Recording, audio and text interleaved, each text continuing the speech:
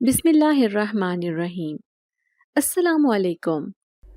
ارے کوئی اسے اس کمرے سے بلا لے، یہ دیکھو سجدے میں گر گر کر کون سے جادو ٹونے کر رہی ہے ہم پر۔ میں جو نماز پڑھ رہی تھی، اپنی ساس کی چیختی آواز میرے کانوں میں پڑی تو میں نے جلدی سے سلام پھیر لیا۔ ہمیشہ سے ہی وہ میری عبادت کو جادو ٹونے کا نام دیتی تھی۔ ان کا شک تھا کہ میں ان سے ان کے بیٹے کو چھین لوں گی۔ وہ شخص جو میرا تھا ہی نہیں تو میں اسے کیسے چھین سکتی تھی؟ میں نماز پڑھ کر باہر آئی تو میری ساس بلند آواز میں اپنی بیٹی سے کہنے لگی، سب ڈھونگ کرتی ہے، نیک بی بی بن کر باسط کو اپنے عشق میں پاگل کرنا چاہتی ہے، لیکن میرا بیٹا اتنا بے وقوف نہیں ہے۔ میں چپ چاپ ان کی باتیں سن رہی تھی، پھر کھانا بنانے کے لیے کچن میں چلی آئی اور شام کے کھانے کی تیاری کرنے لگی۔ میری شادی شدہ نند آئی تھی، اسی کی دعوت کے لیے میں اہتمام کر رہی تھی۔ پھر شام ہوئی تو ساس کہنے لگی، جا اسٹور سے بستر نکال کر لا۔ میں چپ چاپ بستر نکالنے چلی گئی، لیکن نہیں جانتی تھی کہ وہاں مجھے ایک ایسی چیز ملے گی جو میری زندگی ہی بدل دے گی۔ میرا نام نمرہ ہے۔ میرا تعلق ایک انتہائی غریب گھرانے سے تھا۔ میں ایک میٹرک پاس لڑکی تھی۔ 5 بہن بھائیوں کے ساتھ میں اپنے چھوٹے سے گھر میں بہت خوشحال زندگی گزار رہی تھی۔ بھلے ہی ہمارے گھر میں غربت تھی، لیکن پھر بھی میرے ابا اماں اپنے بچوں سے بہت محبت کرتے تھے۔ انہوں نے ساری زندگی ہمیں بہت پیار محبت سے رکھا، ہمیں زندگی کے کسی غم کسی تکلیف سے روشناس نہیں کرایا تھا۔ میری بڑی بہن کی شادی ہوئی تو اس کے بعد میرا نمبر تھا۔ میں نہیں جانتی تھی کہ شادی کے بعد میری زندگی اتنی بدل جائے گی۔ ہم تو غریب لوگ تھے، چھوٹے سے گھر میں رہنے والے، لیکن میرا رشتہ ایک اچھے گھرانے سے آیا تھا۔ امی ابو نے لڑکے کو دیکھا، وہ بہت پڑھا لکھا اور خوبصورت تھا۔ میں حیران بھی تھی کہ میرا نصیب اتنا اچھا کیسے ہو سکتا ہے۔ پھر جھٹ منگنی اور پٹ بیاہ والی بات ہوئی۔ میرے سسرال والوں کو شادی کی بہت جلدی تھی۔ 2 مہینے کے اندر اندر میری شادی ہو گئی، لیکن یہ انکشاف تو شادی کی رات ہوا جب میرا شوہر باسط مجھے غصے سے کہنے لگا، مجھے تم سخت ناپسند ہو، میں تو تم سے شادی کرنا ہی نہیں چاہتا تھا۔ میں اپنے آفس میں کام کرنے والی نائلہ سے محبت کرتا ہوں اور اسی سے شادی کرنا چاہتا تھا، لیکن گھر والوں نے زبردستی میری شادی تم سے کروا دی۔ مجھ سے کسی محبت یا نرم رویے کی امید نہ رکھنا۔ اس نے ایک جھٹکے سے مجھے آسمان سے زمین پر پٹخ دیا تھا، لیکن اگلے ہی لمحے مجھ پر قیامت ٹوٹ پڑی جب وہ کہنے لگا کہ میں جلد ہی تمہیں طلاق دے کر نائلہ سے شادی کر لوں گا۔ مجھے ہرگز اپنی زندگی جہنم نہیں بنانی ہے۔ اس نے مجھے منہ دکھائی کا تحفہ بھی نہ دیا اور مجھے کپڑے بدلنے کا کہہ کر منہ موڑ کر سو گیا۔ وہ رات بہت عجیب اور ناخوشگوار تھی۔ دوسرے دن میرا اترا ہوا چہرہ دیکھ کر میری ساس اور نند بہت خوش نظر آ رہی تھیں۔ ان کا مقصد یہی تھا کہ باسط اپنی بیوی سے دور دور رہے، کیونکہ وہ کسی قیمت پر بھی باسط کی شادی اس کی پسند سے نہیں کروانا چاہتی تھی۔ انہوں نے مجھے بلی کا بکرا بنا دیا تھا۔ ایک ناپسندیدہ لڑکی کے روپ میں انہوں نے مجھے ان کی زندگی میں شامل کر دیا تھا۔ اب میری زندگی کیسے گزرے گی؟ میں اپنے آنے والے مستقبل سے خوف زدہ تھی۔ وہ راتوں کو دیر سے گھر آتا اور مجھ سے بات بھی نہیں کرتا تھا۔ اسے مجھ میں کوئی دلچسپی نہیں تھی۔ میں کئی گھنٹے تک آئینے کے سامنے کھڑی ہو کر سوچتی رہتی کہ کیا میں اتنی بدصورت ہوں کہ وہ مجھ پر ایک نظر بھی ڈالنا گوارا نہیں کرتا۔ تب میری شادی کو 2 مہینے ہو گئے تھے۔ نماز پڑھنا اور قرآن شریف پڑھنا میرا روز کا معمول تھا۔ شادی سے پہلے بھی ہم پابندی سے نماز اور قرآن پڑھا کرتے تھے۔ یہ عادت ہمارے سارے بہن بھائیوں میں تھی اور شادی کے بعد بھی، لیکن میری ساس مجھے باتیں سناتے ہوئے کہتی کہ میں یہ سب اس لیے کر رہی ہوں تاکہ باسط مجھ سے متاثر ہو کر میری طرف متوجہ ہو جائے، کہیں میں اس پر کوئی جادو ٹونے تو نہیں کر رہی۔ میں حیران ہو کر دل میں سوچتی کہ وہ ایسا کیوں کہتی ہیں؟ کیا ان کی خواہش نہیں ہے کہ ان کا بیٹا اور بہو ایک اچھی زندگی گزارے؟ لیکن وہ نہ تو باسط کو اپنی پسند سے شادی کرنے دینا چاہتی تھیں اور نہ ہی مجھ سے شادی کروا کر وہ خوش تھیں۔ تبھی تو رات دن مجھے کم جہیز کے تانے اور میری غریبی کے تانے ملتے تھے کہ ہمارے گھر میں تو پیٹ بھر کر کھانے کے لیے روٹی بھی نہیں ملتی تھی۔ دیکھو اس کے بھاگ بدل گئے جو یہ اتنے عالی شان گھر میں آ کر رہنے لگی ہے۔ میں ان کی بات پر خاموش رہتی۔ باسط اپنی ماں کا اکلوتا بیٹا تھا، جبکہ ان کی 3 بیٹیاں تھیں۔ چھوٹی والی بیٹی تو کنواری تھی، لیکن دونوں بڑی بیٹیاں شادی شدہ تھیں۔ ان کا گھر ویسے تو بہت بڑا اور پرانا تھا، لیکن رنگ و روغن کروا کر اچھا خاصا کسی حویلی کی طرح لگتا تھا۔ اس میں 2 کمرے اوپری چھت پر بنے تھے تو 3-4 کمرے نیچے تھے، اور ایک سٹور بھی تھا جس میں پرانا سامان بھرا ہوا تھا۔ اس دن میری نند رہنے کے لیے آئی تو میری ساس نے مجھے اسٹور میں بھیج دیا، کہنے لگیں کہ جاؤ بستر نکال کر لاؤ۔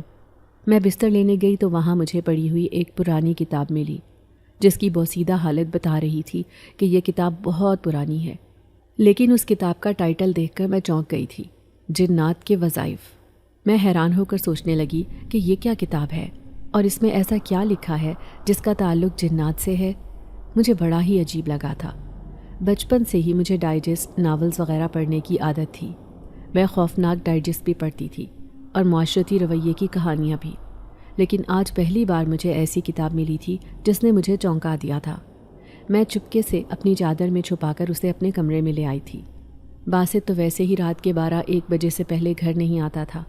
میں اکیلی ہی جاگتی رہتی تھی اور مجھے اکیلے میں نیند بھی نہیں آتی تھی، اسی لیے میں وقت گزاری کے لیے سارے کام سے فارغ ہو کر وہ کتاب کھول کر دیکھنے لگی۔ ابھی میں نے 2-3 صفحے ہی پڑھے تھے کہ اچانک مجھے بڑا عجیب لگا جب مجھے اپنے کان میں سرگوشی سنائی دی، جیسے کوئی میرے قریب بیٹھا ہو۔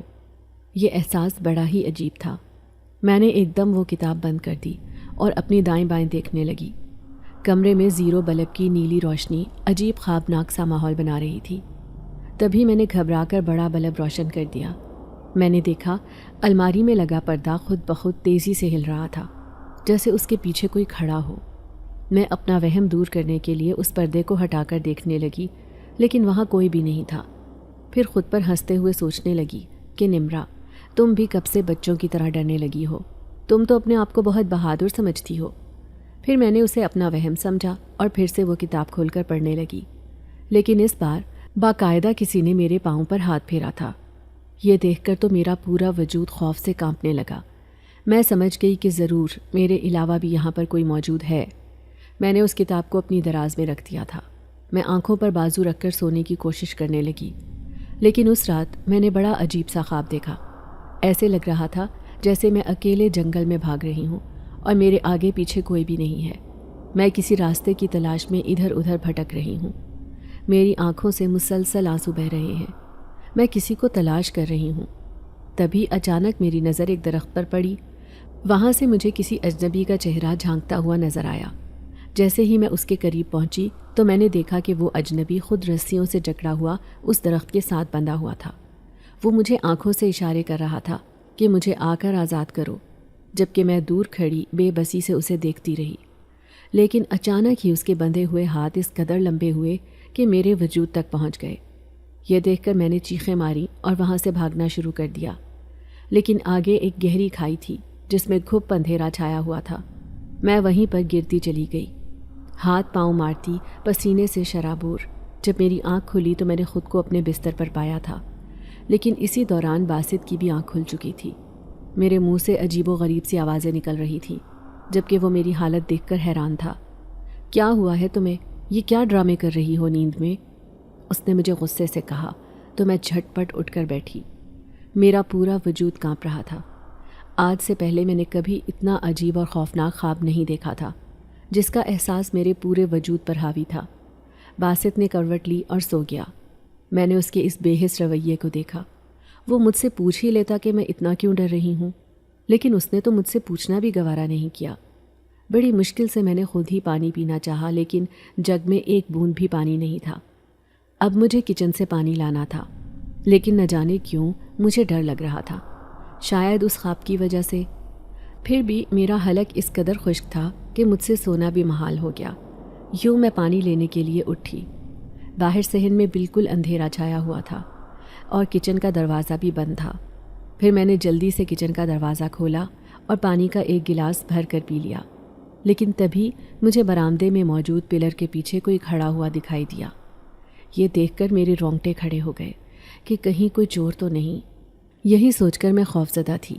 میں نے ایک دم سے ہی چیخ ماری تھی تاکہ گھر والے جاگ جائیں اور جو بھی چور وغیرہ ہے وہ پہلے سے ہی بھاگ جائے، لیکن جیسے ہی میری ساس اور سب کمرے سے باہر نکلے اس کا وہاں نام و نشان بھی نہیں تھا۔ میری ساس کہنے لگی، یہ تم رات کو کچن میں کیا کر رہی ہو اور کیوں اتنا چیخ رہی ہو؟ ان کے لہجے میں غصہ تھا۔ میں گھبرا کر کہنے لگی، میں نے ابھی کسی کو یہاں چلتے پھرتے دیکھا ہے، شاید کوئی چور تھا۔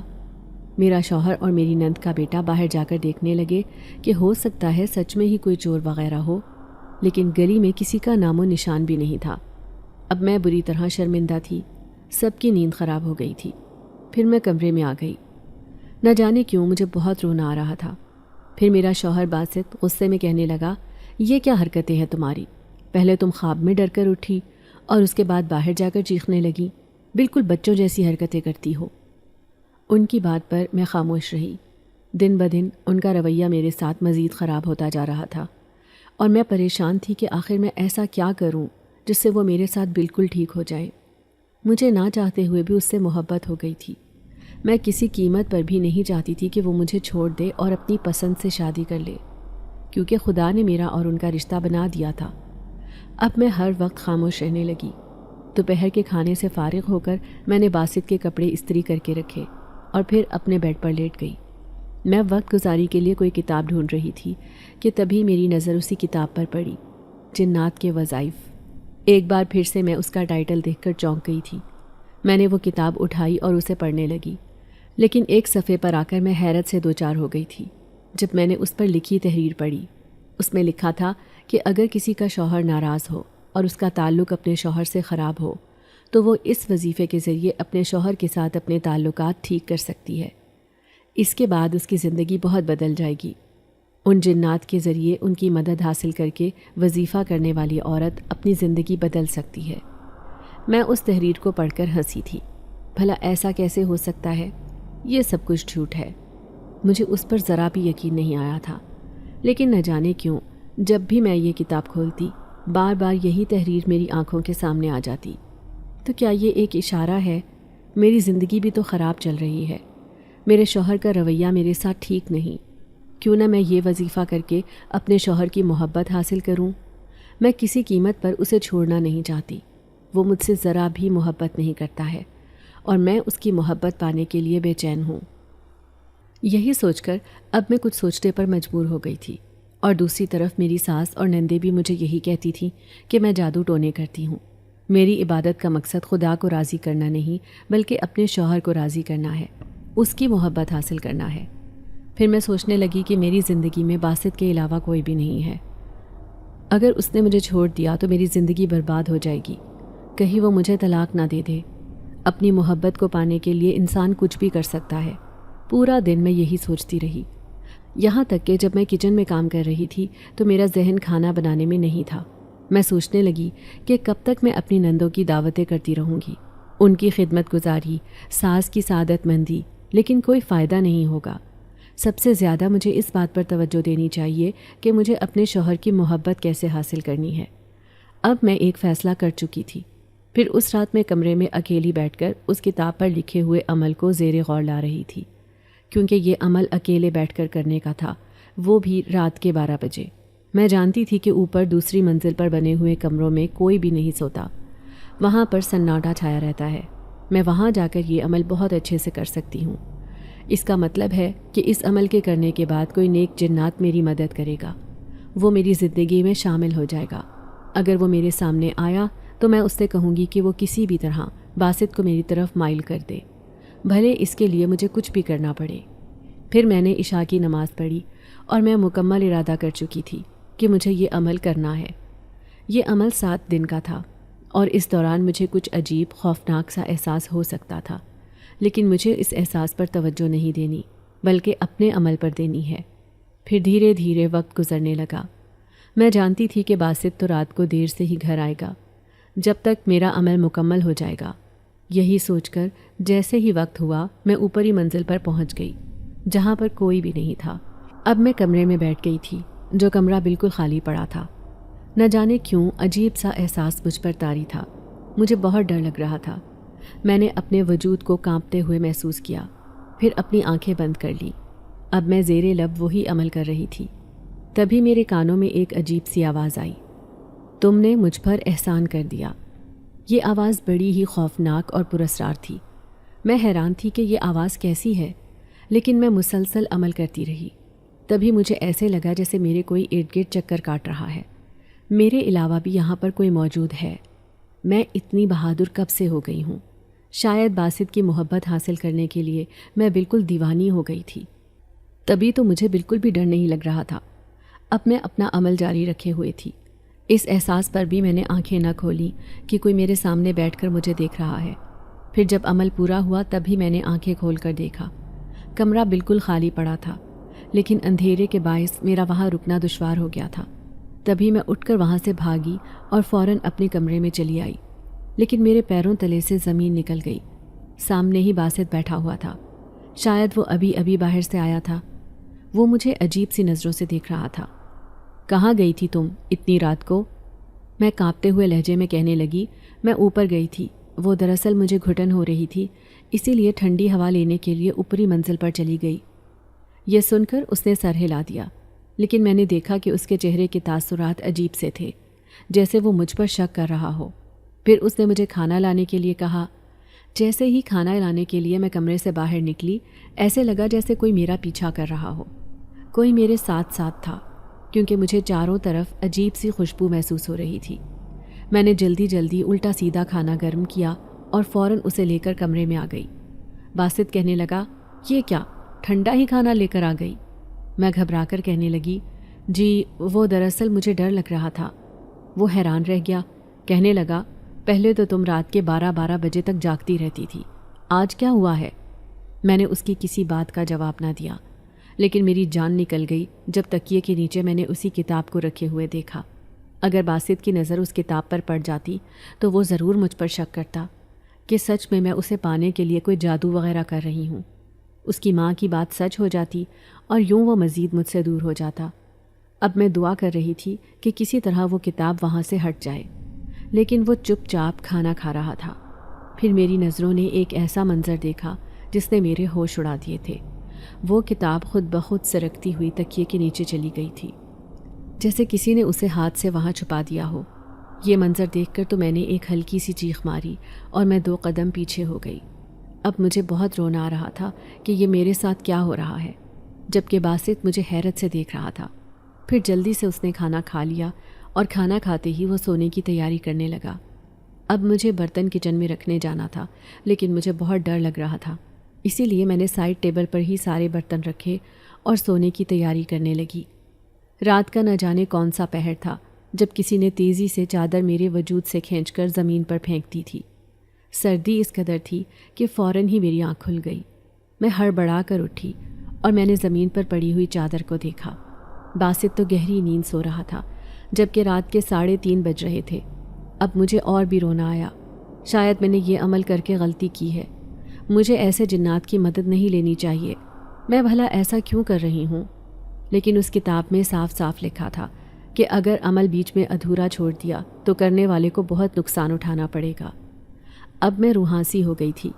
پہلے ہی دن مجھ پر اس قدر خوف طاری تھا، اور مزید 7 دن میں کیسے یہ عمل کروں گی؟ یہی سوچ سوچ کر میں پریشان تھی۔ دوسرے دن میں گھر کی صفائی کرتی پھر رہی تھی، جبکہ باسط اپنے آفس چلا گیا تھا۔ گو کہ میرا گھر بہت چھوٹا اور غریب تھا، لیکن پھر بھی اپنے بہن بھائیوں کے ساتھ میں وہاں بہت خوش رہتی تھی۔ اماں کے کام میں مدد بھی کر دیتی تھی، لیکن اس محل میں آ کر تو میرا دم گھٹتا تھا۔ یہاں پر مجھے زندگی کی ایک بھی خوشی نہ ملی تھی۔ اس دن میں صفائی کر رہی تھی جب اپنی ساس کے کمرے کے پاس سے گزرتے ہوئے مجھے اپنی نند کی آواز سنائی دی، جو میری ساس سے کہہ رہی تھی، میں نے باسط کو نائلہ کے ساتھ دیکھا تھا جب میں کپڑے خریدنے جا رہی تھی۔ وہ دونوں ایک ریسٹورانٹ میں بیٹھے ہوئے تھے۔ آخر یہ کیا چاہتا ہے؟ کیا یہ نمرہ کو طلاق دے کر اس سے شادی کر لے گا؟ میری ساس غصے سے کہنے لگی، اس اللہ میاں کی گائے کو میں اسی لیے بیاہ کر لائی تھی کہ شکل و صورت کی بھی اچھی ہے، باسط کو اپنی طرف مائل کر لے گی، لیکن یہ تو بالکل ہی گونگی ہے، بات ہی نہیں کرتی۔ مجھے نہیں لگتا کہ باسط اسے اپنی زندگی میں مزید رکھے گا۔ یہ سن کر تو مجھے بہت شدت سے رونا آیا۔ پھر میری نند کہنے لگی کہ اگر نائلہ سے اس نے دوسری شادی کر لی تو پھر یوں سمجھو اماں کہ اس پورے گھر پر اسی ڈائن کا قبضہ ہو جائے گا، پھر ہم اپنے گھر سے یہاں بھی نہیں آ سکیں گے۔ میری ساس کہنے لگی، ایسا کبھی بھی نہیں ہوگا، دیکھنا ابھی میں کیا کرتی ہوں، بس تم دیکھتی جاؤ۔ وہ نہ جانے کیا منصوبے بنا رہی تھی، لیکن میں مزید غم میں مبتلا ہو گئی تھی۔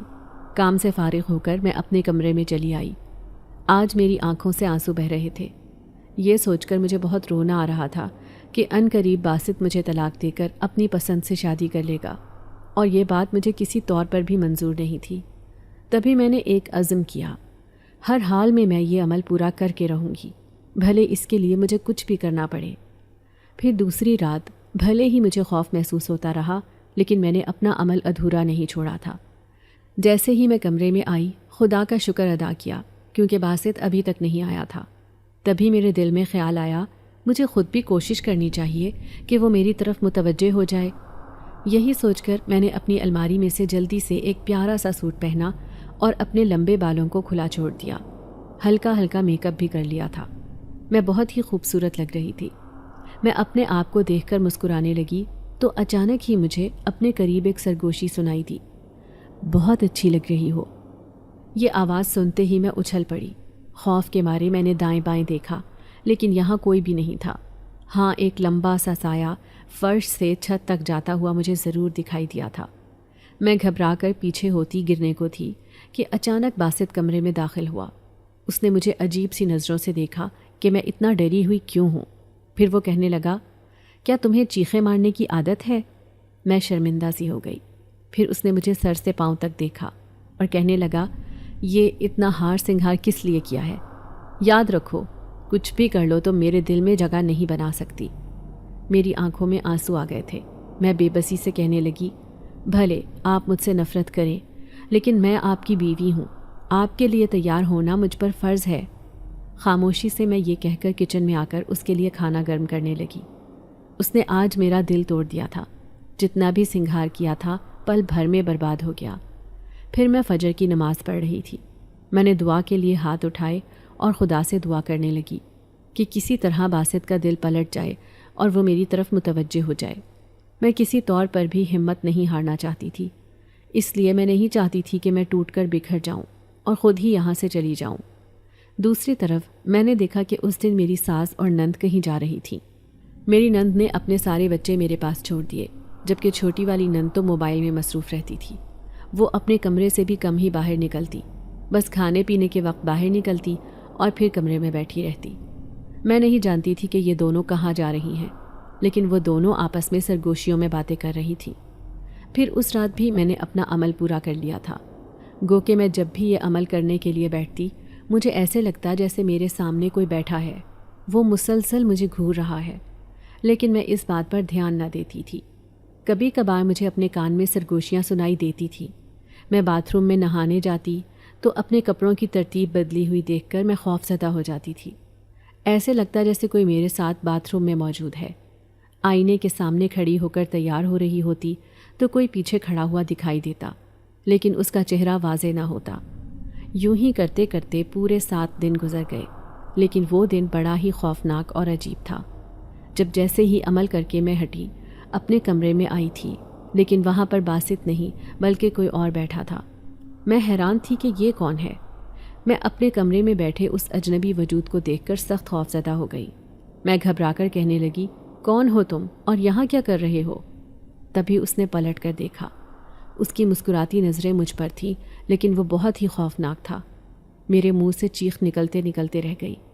میں جانتی تھی کہ ابھی پورا گھر اکٹھا ہو جائے گا اور مجھ سے سوالوں کا سلسلہ شروع ہو جائے گا کہ ایک اجنبی میرے کمرے میں بیٹھا ہے، لیکن یہ ہے کون؟ اس قدر خوفناک شکل۔ تبھی وہ ایک دم سے ہی اٹھ کر کھڑا ہوا۔ میری آنکھیں جہاں تھیں وہاں رہ گئیں، کیونکہ اس کا قد چھت کو چھو رہا تھا۔ وہ بے تحاشا لمبا اور بہت ہی عجیب و غریب تھا۔ جب وہ چلنے لگا تو ایسے لگ رہا تھا جیسے زمین ہل رہی ہو۔ میں دیوار کے ساتھ چپک گئی تھی، یہ دیکھ کر کہ یہ اس قدر عجیب و غریب سا شخص کون ہے جو بہت ہی بھیانک ہے۔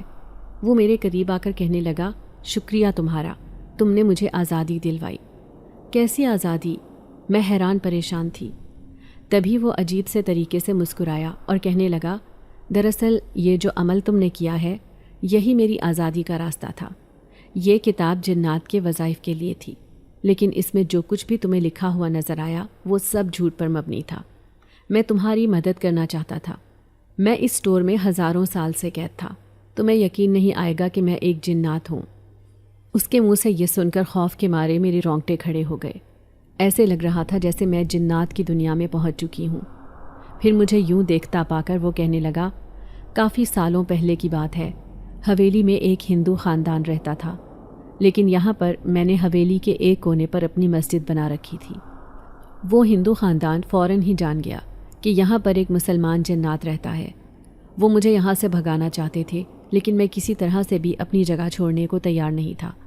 پھر اس ہندو خاندان کے ایک پنڈت نے ایسا عمل کیا کہ میں وہیں پر قید ہو کر رہ گیا۔ میں اس جگہ کو چھوڑ کر نہیں جانا چاہتا تھا، لیکن اس نے مجھے اسی جگہ پر قید کر دیا۔ اب میں چاہتا تھا کہ کوئی تو میری آزادی کا راستہ ملے، کسی طرح میں یہاں سے باہر نکل جاؤں، کیونکہ وہ جگہ اب میرے لیے گھٹن زدہ جگہ تھی۔ تبھی اس دن تم میرے سامنے آئی۔ تم بہت پریشان حال لڑکی تھی۔ میں سمجھ گیا کہ تم ایک معصوم لڑکی ہو، تم میرا کام ضرور کرو گی، اسی لیے میں نے اس کتاب کے ذریعے تم سے مدد حاصل کی۔ اس کتاب میں جھوٹ لکھا تھا کہ یہ وظیفہ کر کے تمہارے شوہر کا دل تمہاری طرف مائل ہو جائے گا۔ در حقیقت وہ میری آزادی کا راستہ تھا، لیکن تم نے مجھے آزاد کیا ہے، اس لیے میں تمہاری مدد ضرور کروں گا۔ مجھے بتاؤ کہ میں تمہاری مدد کیسے کر سکتا ہوں؟ میں ضرور تمہیں اس پریشانی سے نجات دلا سکتا ہوں۔ میں تو سناٹے کی کیفیت میں اس کی طرف دیکھے جا رہی تھی۔ ایسے لگ رہا تھا جیسے میرے سامنے کوئی خوفناک فلم چل رہی ہو اور وہ جن ذات مجھ سے باتیں کر رہا ہو۔ مجھے بہت شدت سے رونا آ رہا تھا۔ میں نے جو اتنی محنت کی تھی راتوں کو اٹھ کر، لیکن وہ ساری محنت بیکار گئی تھی۔ اب بھی باسط کی محبت مجھے حاصل نہیں ہوگی، یہی سوچ کر میں بہت پریشان اور اداس تھی۔ پھر وہ کہنے لگا، پریشان مت ہو، میں تمہاری مدد ضرور کروں گا۔ مجھے اس کی بات پر یقین نہیں تھا۔ تبھی کمرے کا دروازہ زور زور سے بجنے لگا۔ میں حیران تھی کیونکہ میں نے کمرے کے دروازے پر کنڈی نہیں لگائی تھی۔ پھر وہ جنزاد ایک دم سے ہی میرے سامنے سے غائب ہو گیا۔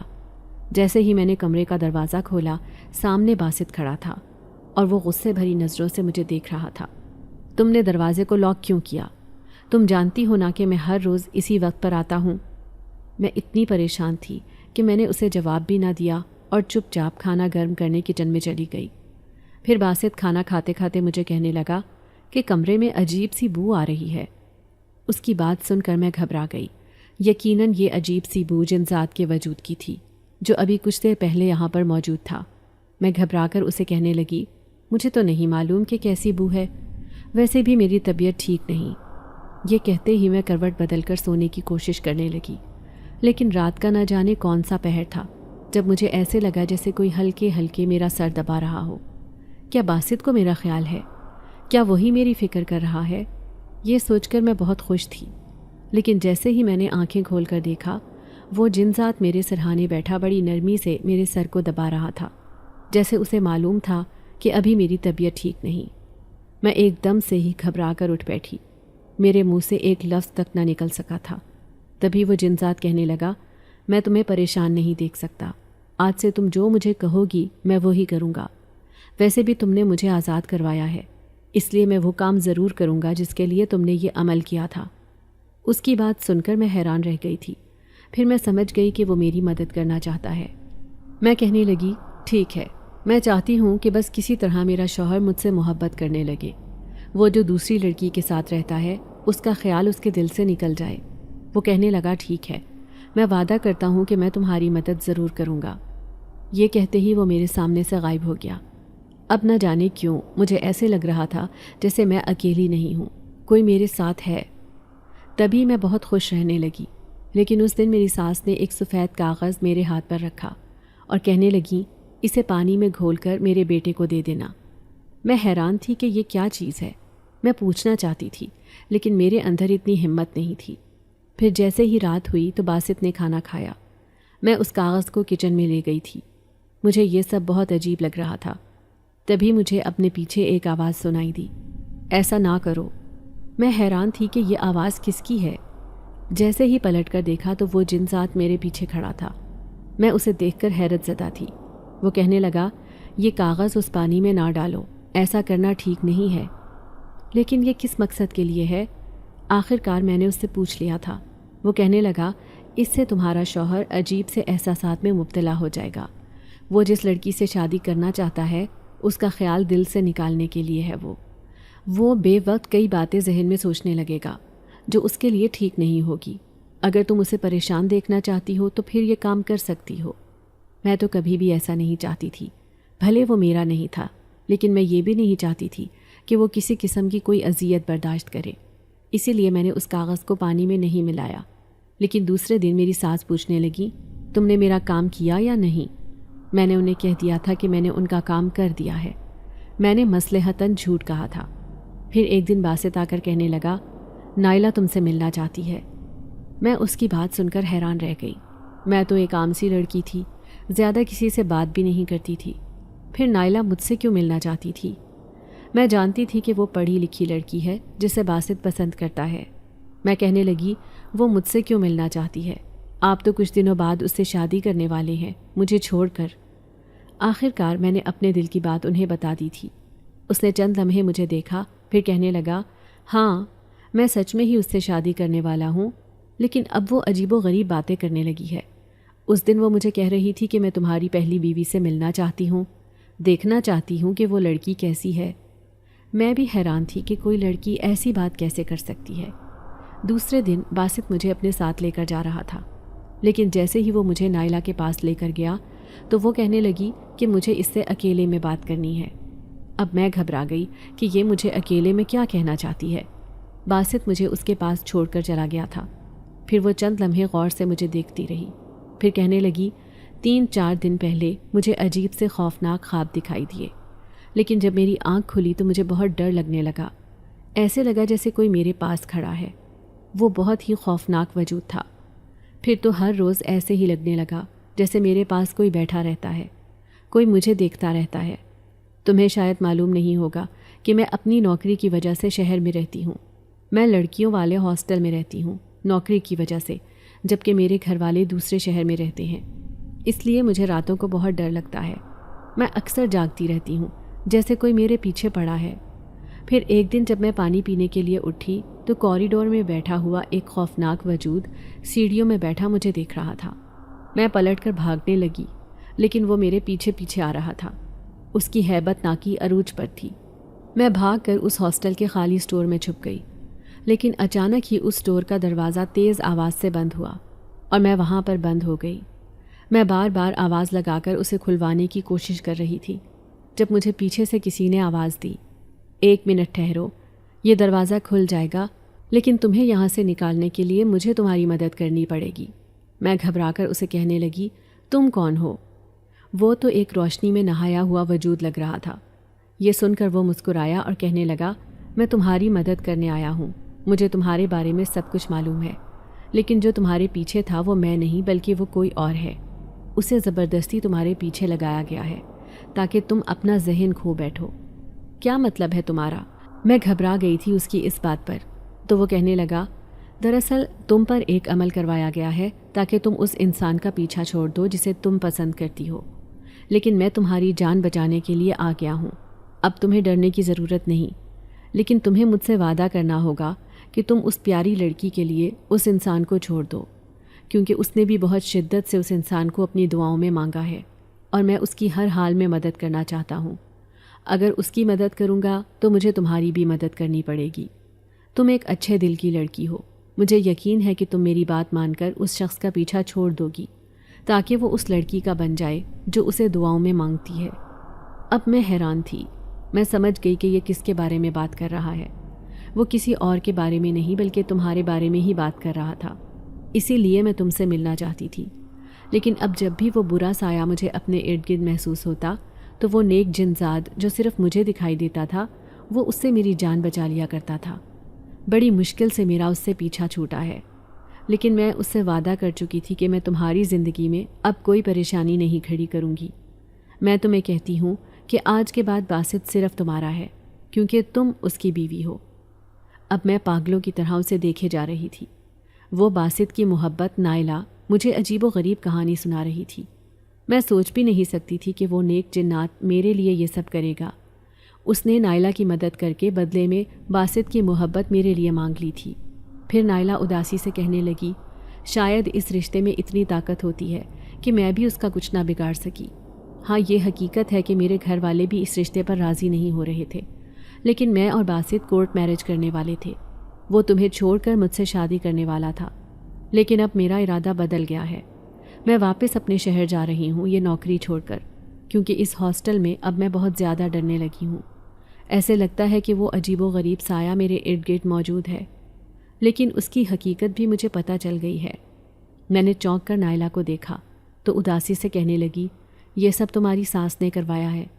مجھے حیرانی ہوئی تھی تو وہ کہنے لگی، میں سچ کہہ رہی ہوں، باسط کی ماں نہیں چاہتی تھی کہ میں اس کی زندگی میں شامل ہوں۔ وہ پہلے بھی میری مخالف تھی اور اب بھی میری مخالف ہے، لیکن تم اس کی زندگی میں شامل ہو چکی ہو اس کی بیوی بن کر، اس لیے اسے اپنا بنانے کی کوشش کرنا۔ میں اسی لیے تم سے ملنا چاہتی تھی۔ اس نے مجھ سے اپنے دل کی ساری باتیں شیئر کر دی تھی۔ اب میری آنکھوں میں آنسو تھے۔ وہ اپنی محبت چھوڑ کر جانے کے لیے تیار تھی۔ میں جانتی تھی کہ اپنی محبت ادھوری چھوڑنا اتنا آسان نہیں ہے۔ میں بھی یہ سوچ کر کانپ جاتی تھی کہ کل کو اگر باسط نے مجھے چھوڑ دیا تو میں اپنی زندگی کیسے گزاروں گی، لیکن اب میں بہت خوش تھی۔ پھر وہ مجھے لے کر گھر آ گیا تھا۔ میری ساس اور نند تعجب کا شکار تھی کہ کل تک وہ انسان جو میری طرف دیکھتا بھی نہیں تھا، آج وہ مجھے اپنے ساتھ کیسے لے کر چلا گیا۔ لیکن 2-3 دن بعد جب ایک رات باسط مجھے بہت اداس نظر آیا، وہ کہنے لگا کہ نائلہ ہمیشہ کے لیے یہ شہر چھوڑ کر چلی گئی ہے۔ اس نے مجھے ایک خط لکھا ہے جس میں لکھا ہے کہ میں تمہارے ساتھ خوش رہوں۔ کیا تم نے اسے کچھ کہا تھا؟ وہ مجھے شک بھری نظروں سے دیکھ رہا تھا۔ یہ سن کر میں گھبرا گئی۔ میں اسے کہنے لگی، میں نے اسے کچھ بھی نہیں کہا، وہ تو خود ہی مجھ سے ملنا چاہتی تھی۔ یہ سن کر وہ خاموش ہو گیا۔ 2-3 دن تک تو وہ چپ چاپ کھانا کھائے بنا ہی سو جاتا تھا، مجھ سے بات بھی نہیں کرتا تھا۔ پھر اس دن میں بڑی اداس تھی جب کوئی دھیرے سے میرے سامنے آ کر بیٹھا۔ میں اسے دیکھ کر اچھل پڑی۔ یہ تو وہی جنذات تھا۔ میں نے اس کا شکریہ ادا کیا اور کہنے لگی، تم نے میرے لیے یہ سب کیا، تم نے مجھ پر بہت بڑا احسان کیا ہے۔ تو وہ مسکراتے ہوئے کہنے لگا، تم نے بھی تو مجھ پر بہت بڑا احسان کیا ہے۔ میں تو کئی سالوں سے قید کی زندگی گزار رہا تھا، لیکن تم نے مجھے آزاد کیا۔ آج میں بہت خوش ہوں۔ ایسے لگ رہا ہے جیسے تمہاری زندگی میں خوشیاں واپس آنے والی ہیں۔ میں اداسی سے کہنے لگی، یہ سب ناممکن لگ رہا ہے، کیونکہ اب میری ساس میرے پیچھے کسی برے جنات کو چھوڑ دے گی، پھر وہ مجھے بھی باسط سے الگ کروا دے گا۔ تو وہ مسکراتے ہوئے کہنے لگا، یہ ناممکن ہے۔ میں اتنا طاقتور ہوں کہ تمہارے پاس آنے والے ہر برے سائے کو پہلے سے تمہارے پاس آنے سے روک دوں گا۔ اس کی طاقت مجھ سے زیادہ نہیں ہوگی، میں اپنی طاقت سے اسے تم سے دور کر دوں گا۔ یہ سن کر میں خوش ہو گئی تھی۔ پھر 1-2 ہفتے گزر گئے تھے۔ آہستہ آہستہ باسط کا رویہ میرے ساتھ ٹھیک ہونے لگا۔ اب میں بہت خوش رہنے لگی تھی۔ میرا دل چاہتا کہ میں تیار ہو کر رہوں، لیکن اب میری ساس مجھ سے شدید حسد اور جلن کا شکار رہتی۔ وہ کہتی کہ تم اپنی اوقات میں رہو، تم ایک غریب گھر کی لڑکی ہو۔ لیکن ایک دن جب وہ مجھ سے لڑائی جھگڑا کر رہی تھی تو باسط نے یہ سب سن لیا۔ وہ غصے سے کہنے لگا، پہلے تم نے نائلہ کو مجھ سے دور کیا اور اب اسے بھی دور کرنا چاہتی ہو۔ یہ مت بھولو کہ میں اسے اپنی زندگی میں قبول کر چکا ہوں۔ اب یہ میری بیوی ہے، اس لیے میں اس کے ساتھ کوئی زیادتی برداشت نہیں کروں گا۔ اگر آپ نے ایسا کیا تو میں اپنی بیوی کو لے کر یہ گھر چھوڑ کر چلا جاؤں گا۔ یہ سنتے ہی میری ساس بالکل خاموش ہو گئی، کیونکہ جو کچھ بھی تھا باسط کی نوکری کی وجہ سے ہی یہ گھر چل رہا تھا۔ اب ساس کا رویہ بھی میرے ساتھ ٹھیک ہو گیا، جبکہ چھوٹی نند جو کسی کو پسند کرتی تھی، ایک دن وہ میری ساس سے کہنے لگی کہ میں اپنی پسند سے شادی کرنا چاہتی ہوں، اگر ایسا نہ کیا تو میں بھاگ جاؤں گی۔ یہ سن کر وہ پریشان ہو گئی، پھر میری منتیں کرتے ہوئے کہنے لگی کہ کسی طرح اسے سمجھاؤ کہ وہ ایسا نہ کرے، ورنہ باسط اسے جان سے مار دے گا۔ پھر میں نے اپنی ساس سے کہا کہ پسند کی شادی کرنا جرم نہیں ہے، اچھا ہوگا کہ آپ عزت سے اسے رخصت کر دیں، یہی اس کے لیے بہتر ہوگا۔ یوں میرے کہنے پر وہ اس کا رشتہ کرنے کے لیے تیار ہو گئی۔ میں خوش تھی کہ میں نے معاملہ خوش اسلوبی سے نبھا لیا۔ پھر ایک دن باسط مجھے کہنے لگا کہ سچ سچ بتاؤ کہ آدھی آدھی رات کو چھت پر کیوں جاتی تھی؟ میں نے اکثر تمہیں وہاں پر دیکھا تھا۔ یہ سن کر میں گھبرا گئی۔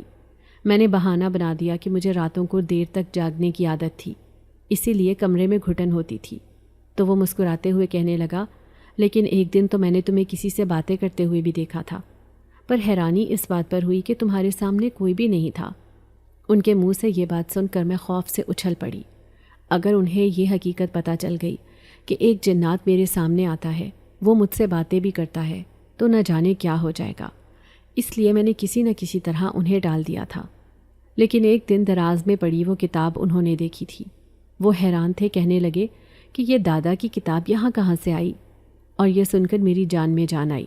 میں کہنے لگی، ہاں، اس وقت آپ کا نام لکھا تھا اس پر، اس لیے میں نے اسے اسٹور سے لا کر یہاں رکھ دیا۔